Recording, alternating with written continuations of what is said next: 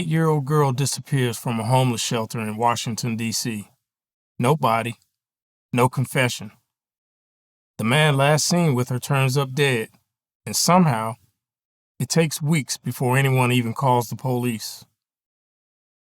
This is the story of Relisha Rudd, a child who slipped through every crack the system had to offer in the capital of the United States. Today, I'm going to walk you through the days leading up to her disappearance, what investigators think happened, and the disturbing failures that made it possible. If you're interested in deep dive true crime and missing persons cases, consider subscribing.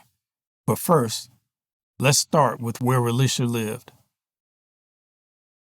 When most people think of Washington, D.C., they picture the White House, the Capitol, cherry blossoms, power and politics.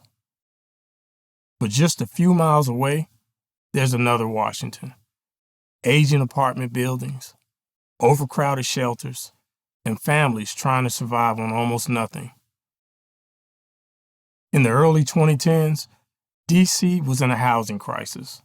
Rents were up, affordable units were disappearing, and if you fell behind, you could end up at the city's main family homeless shelter, D.C. General. D.C. General used to be a hospital. By the time our story starts, it had been converted into a huge, rundown shelter. Hundreds of parents and kids shared long, dim hallways, tiny rooms, and communal bathrooms. This is where 8-year-old Relisha Rudd lived with her mother, Shamika Young, and her brothers. Their room was small, cramped, filled with bags and plastic bins.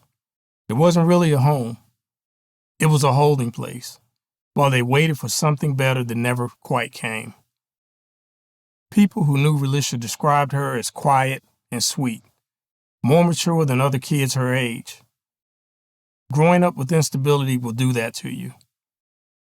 She went to Payne Elementary School, but she missed a lot of days. Enough that social workers already knew her name and her family.